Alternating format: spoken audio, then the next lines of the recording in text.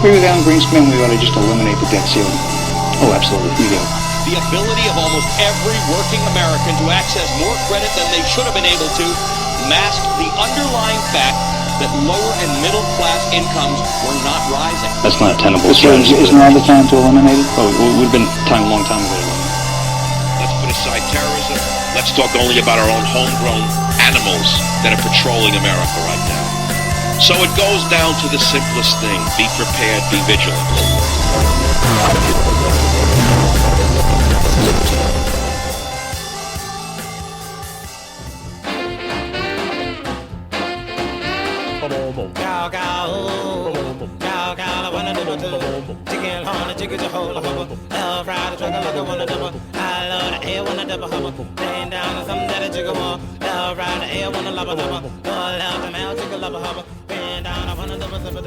So can we talk about this pipeline for a minute? This pipeline is a situation here. And coming up on Thanksgiving, it's very much an interesting situation. Why? Because much of the American experience is mired in the atrocities committed by early colonization, right? There is no denying that there was a battle for dominance over North America. And that battle was decisively won by the settlers. And war is an ugly thing. There's no doubt about it. Beyond that, though, you would say that the government has given less than its best to the Native Americans who inhabited this land, who I have a great deal of respect for because they are kind of like a link to that. They are not necessarily genealogically, but they are kind of a link to that Paleolithic age that I am so in love with, right?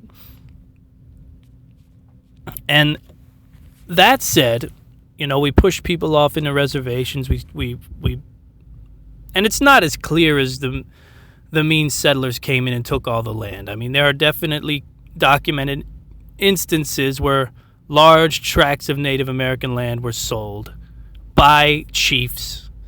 You know what I mean? It's like anything else in life, right? You can't paint a black and white of it. You just can't. But all that aside, there's no denying it was brutality. It was brutality, it was war, that's what it is. Now, we're a totally different people at this point, right? I mean, the people of old would probably kill anybody from this generation based on just on their belief system alone. Even the most conservative person of this age would probably be killed. You know, you're looked at as a heathen. So you got to understand that too. Things have changed. Times have changed. Yet this pipeline, and you may be surprised to find that I'm not necessarily for this pipeline. And it's not as much about the environment. I mean, the environment is a concern of mine for sure. There's some beautiful land out there. And with anything, there's potential for disaster, right? With the oil spills, we don't know how to clean them up. We don't know how to clean them up. That's the issue, right? We can fake like we did a good job in Louisiana. We don't know how to clean them. In most cases, we dump more chemicals into the destroyed water source. We dump these more chemicals in there, and this will help coagulate, and this will dissolve and create a barrier. And we don't know how to clean it. We don't know how to clean it on a scale with an efficiency that won't allow all sorts of species to be put at major risk. But that's not my core issue with this Dakota pipeline. My core issue is the fact that about 2 years ago, the sites at Palmyra, if I remember correctly, were being decimated by ISIS. They were destroying statues that were maybe 1,000 years old. And I was so mad. And I couldn't wrap my head around the fact that this stuff's never coming back. Every head that they smashed, was sculpted by a hand that's long dead and gone. And these artifacts are never coming back. And then as I started to read in and do a little more research on the Dakota pipeline, I found that ancient Native American artifacts were bulldozed on the way to the construction and the creation of the path of this pipeline. And in my opinion, it's the same situation. In my opinion, it's the same situation, if not worse, because we have so relegated the Native Americans into obscurity, right? Into obscurity. Now, you're not going to get the crying about how mean and nasty the colonists were from me. I understand. There was some atrocities committed, no doubt about it. There's no denying it. But it was a war, make no bones about it. Whether we sat down and met one another and broke bread at the beginning of the thing, you can meet people every day of the week and have good conversations. You turn that into a long-term relationship and become ugly. And I think that's pretty much how it went with the settlers. I think the settlers pretty much had a plan for what they were going to do when they met these folks. You know what I mean? It was pretty clear. There were some of the writings Christopher Columbus put into his journals when he met native peoples. And I think the idea was probably not to fight to the death the moment they met one another. Still, something that happened. It wound up happening. Warring factions. Not to mention now, when we talk about the Native Americans, we're not talking about a group of people who they didn't wear giant headdresses and paint themselves colors so that they could promote peace, okay? They were warriors. They were some of the most fierce warriors in history. And we know how that happens, right? You don't just roll over one day and be a race of massive, powerful warriors. Doesn't happen.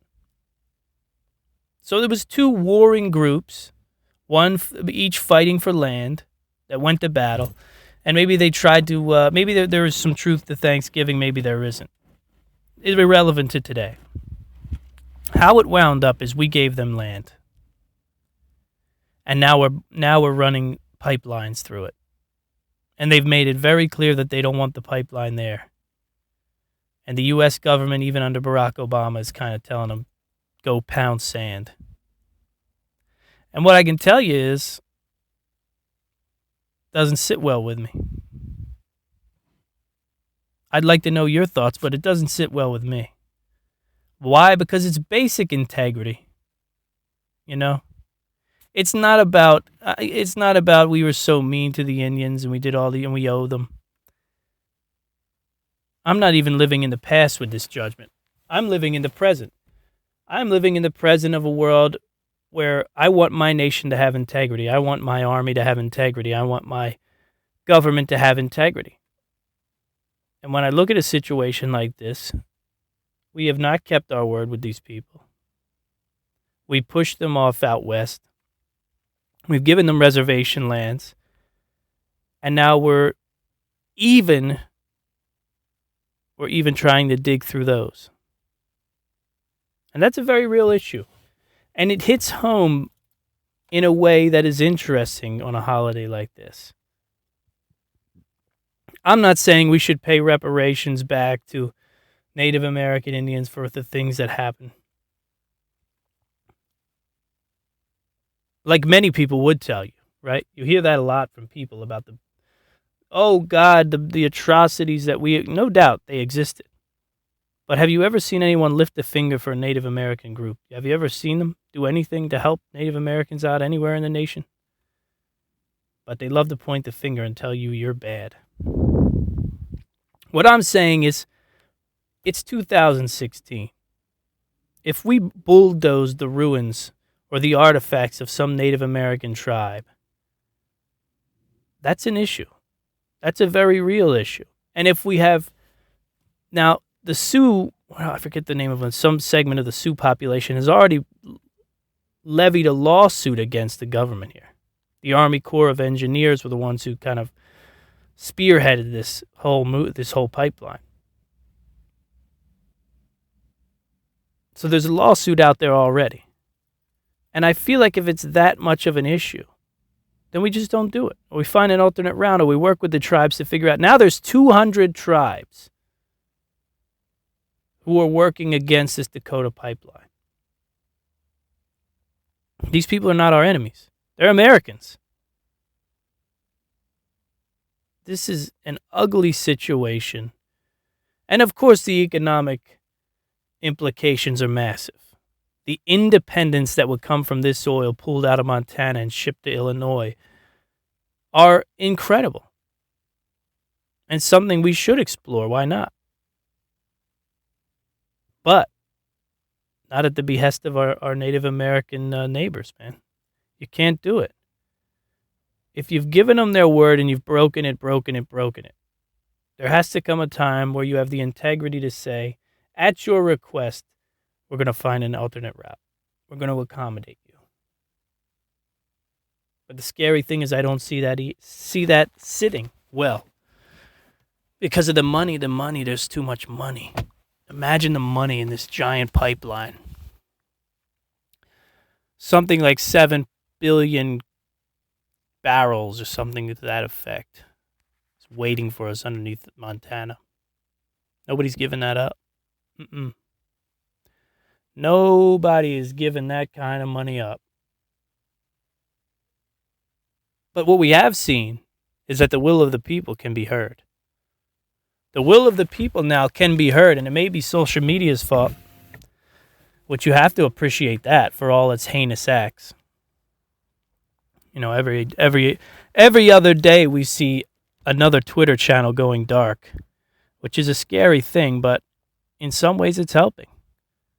In some ways it's definitely helping. You can't deny that. The fact that the National Guard is thinking about paying back those soldiers their signing bonuses, which we talked about a few shows ago, it has to be due to social media. You cannot put a movement together that would have that kind of effect that fast without the help of social media. And we have to have respect for that and understanding that the power that has is impressive.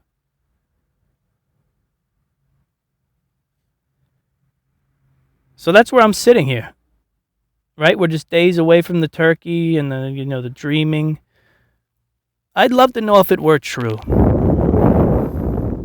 And there's part of me that believes it is. There's part of me that believes that it is true.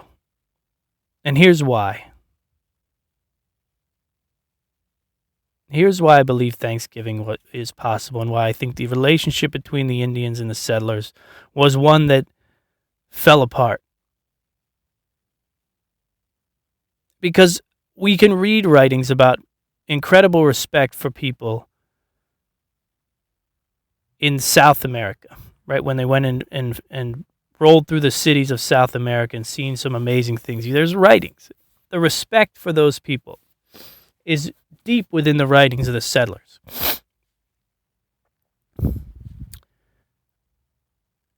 There is no sighting, early on when they first hit the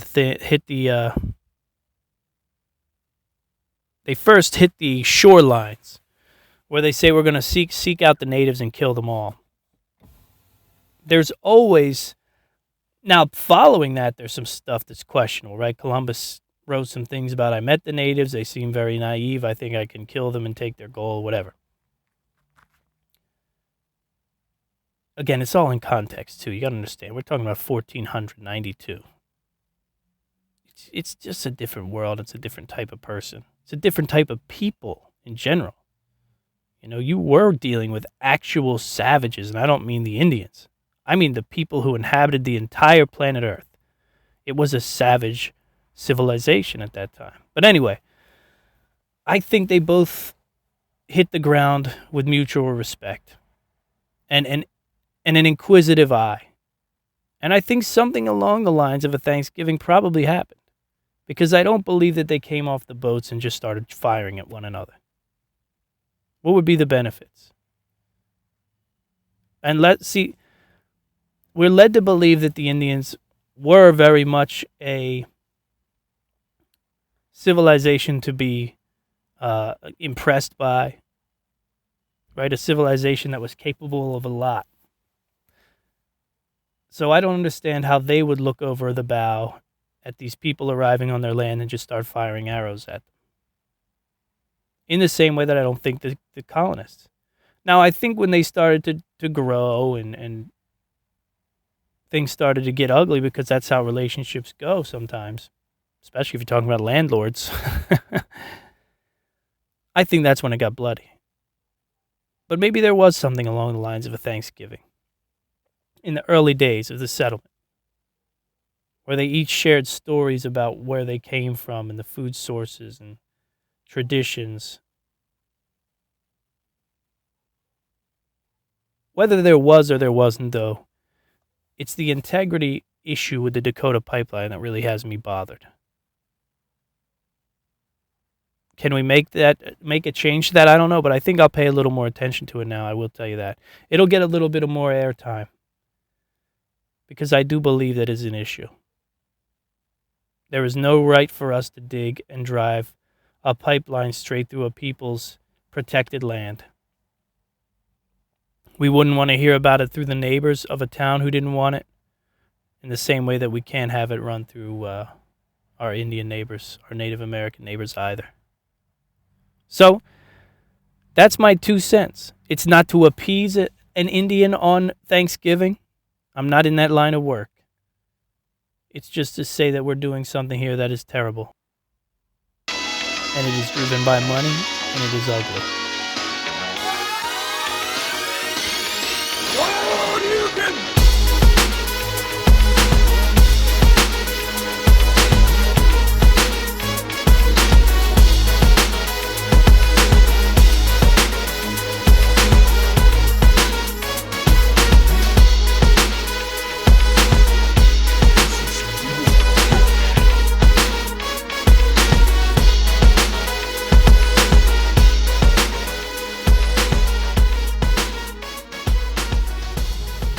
So Donald Trump, in his first canned speech,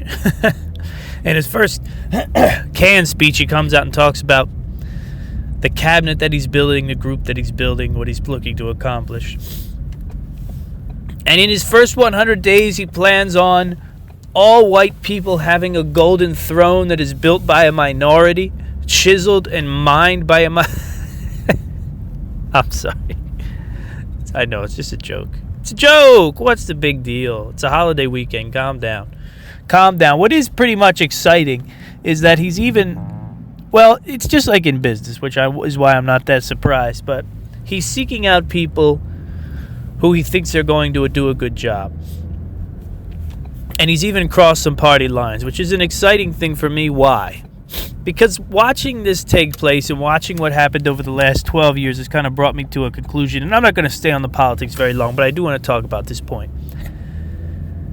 Because it's a holiday weekend, I don't want to talk about it. I'd much rather talk about nutrition and fitness today. Really, to be honest. I don't know why. 2 days before Thanksgiving, nutrition and fitness is something that's on my mind.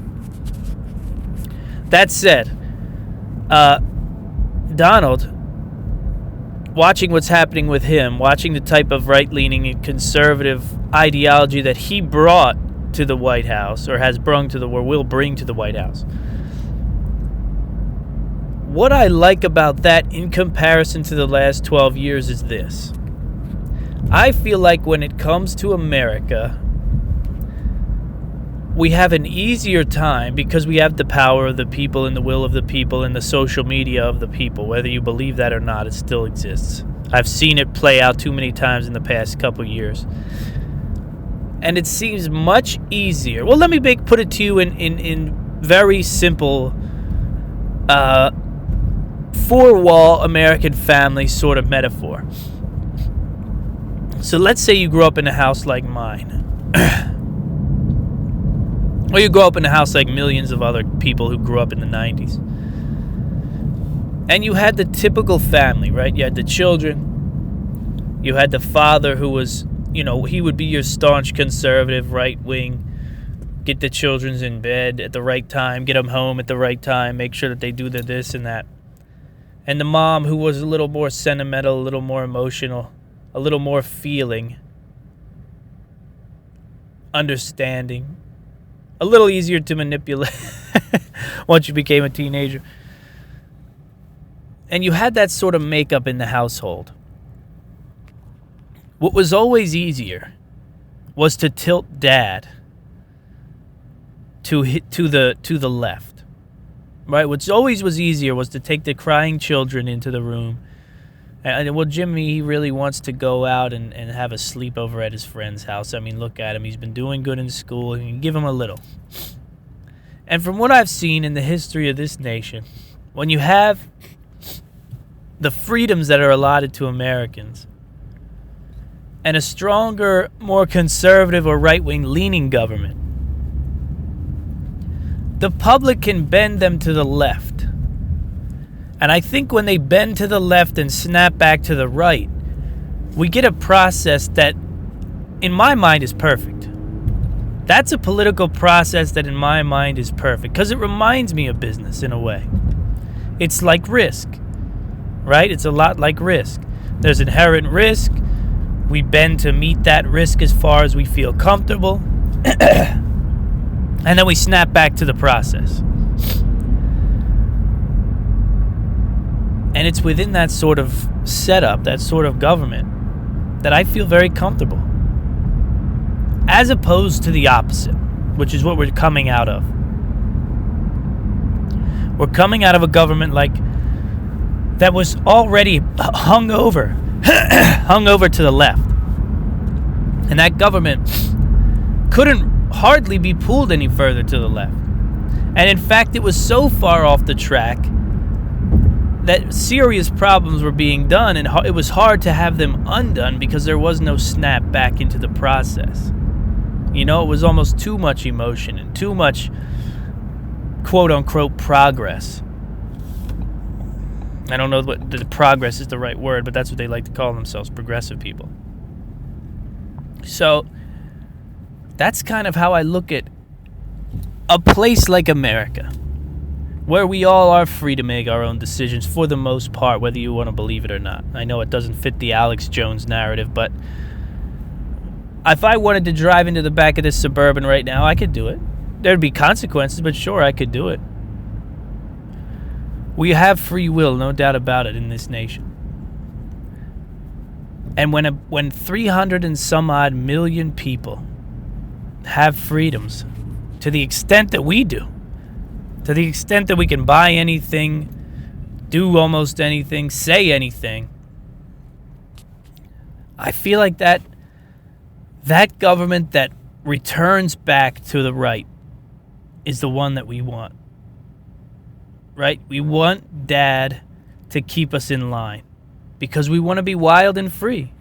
And that's the American people. The American people on a whole, even if you look at the most conservative of us, the American people on a whole want to be wild and free.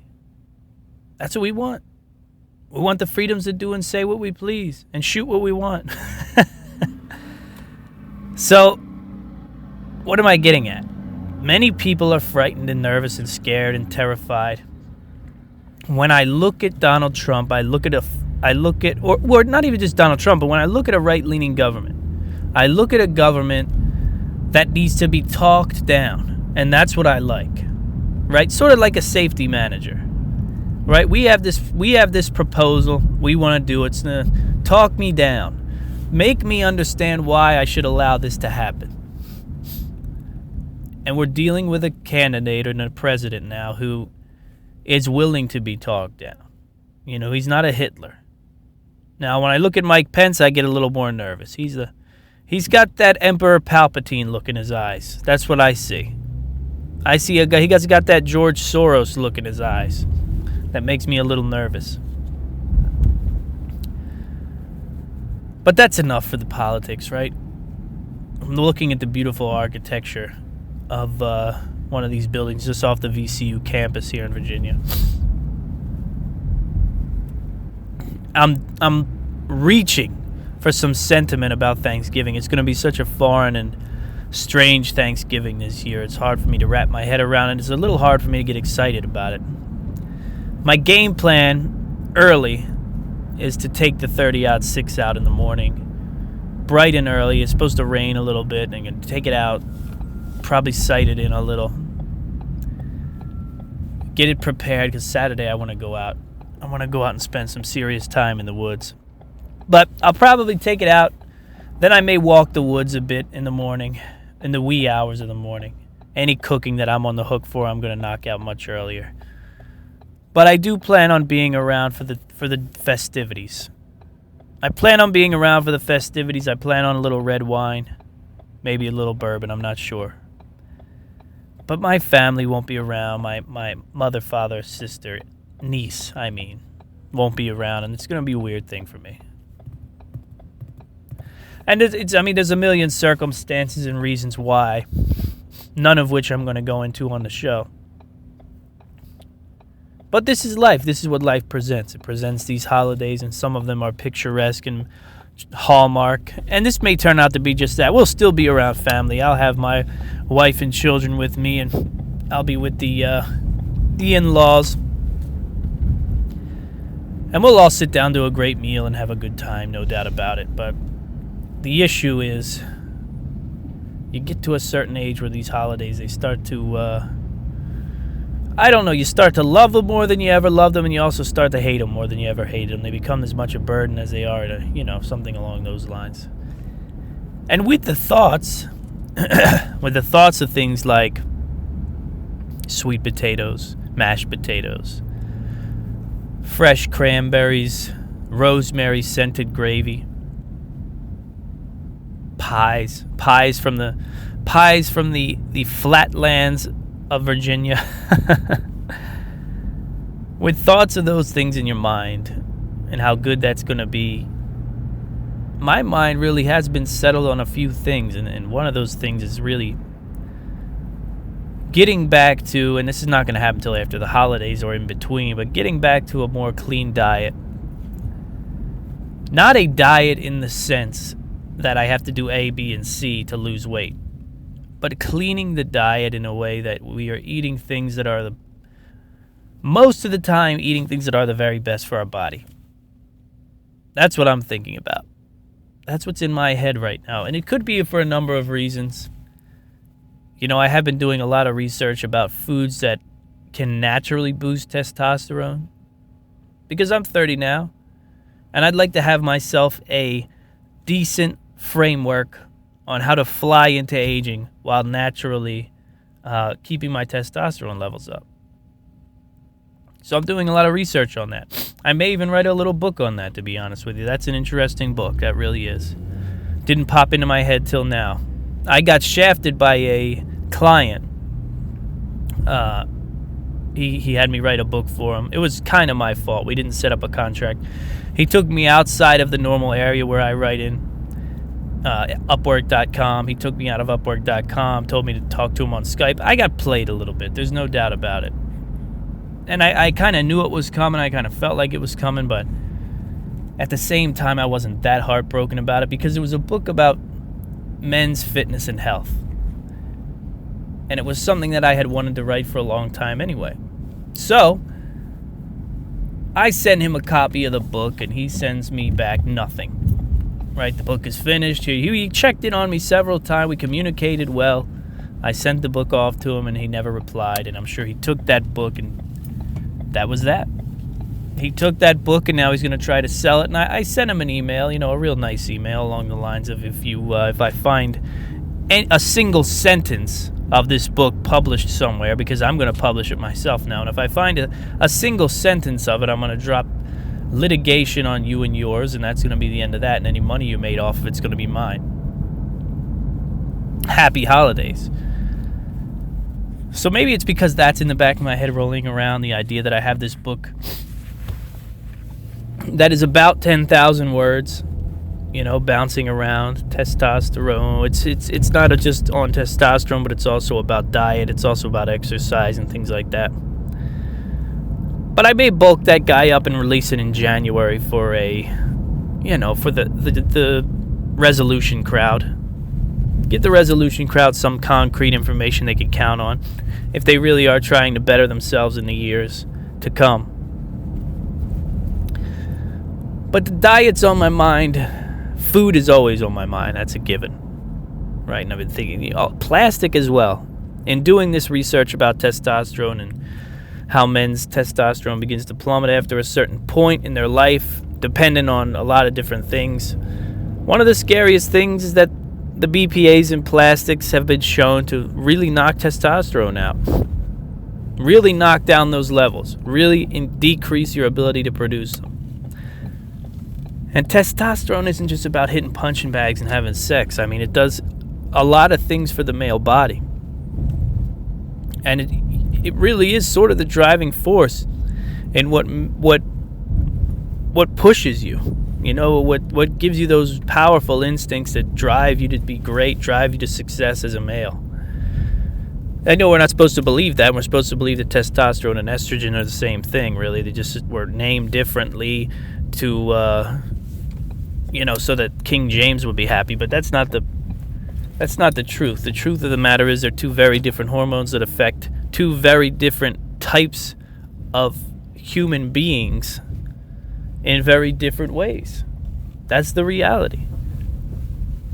Whether you like it or not, whether that feels good or not, that's what the reality is.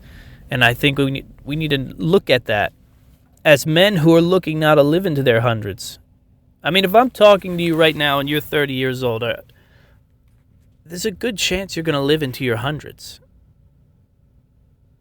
You're going to be, I'll be 65 in the year, 2041. That was fast math. Could be wrong. So you're telling me in the year 2041, the average age of death is going to be what? 80? 75? I find it very hard to believe. So I think we're going to be looking at a time where the longer we can keep the testosterone flowing, hair, body, muscle mass, your body operates better with a greater amount of muscle mass as a male. I'm just telling you facts now. I'm not telling you have to look like Arnold Schwarzenegger to get the max out of your body. But I am telling you that on more muscle mass, your body operates better. That's a fact.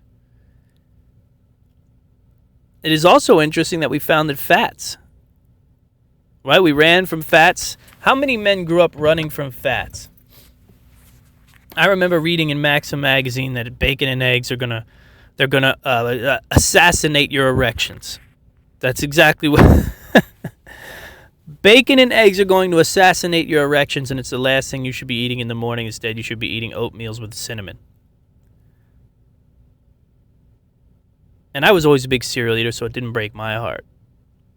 But then we come to find out that testosterone production, which requires a tremendous amount of fats. And one of the fats that it requires is the devious and evil saturated fat that was said to explode your heart like a nuclear bomb. I ran from saturated fats much of my childhood. I mean, they scared me to death. The idea that if I ate these sort of fats, they're going to clog me, my heart's going to stop or explode, my penis is going to stop working correctly. I was terrified in my teens about that.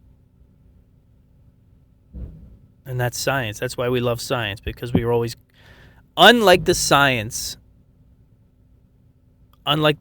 of the global warming crowd, unlike the science of the folks who want to, and that's not just the global warming crowd or the climate change crowd, but the small subset of science that believes that mankind is doing everything bad to the planet and the only way to stop it is to make sure that everybody walks to and from work every day and to tax people on their carbon output and yada, yada, yada. But what we love, or what I love, and what people that I know who are truly into science, what we love about science is it's constantly folding over itself. Like a great dough. Like when you're kneading a great dough or a strudel dough or something along those lines, and you're consistently folding it over itself and improving it. That's science. When I think of science, that's what I think about. Something that's continually improving. And that's an exciting thing to me.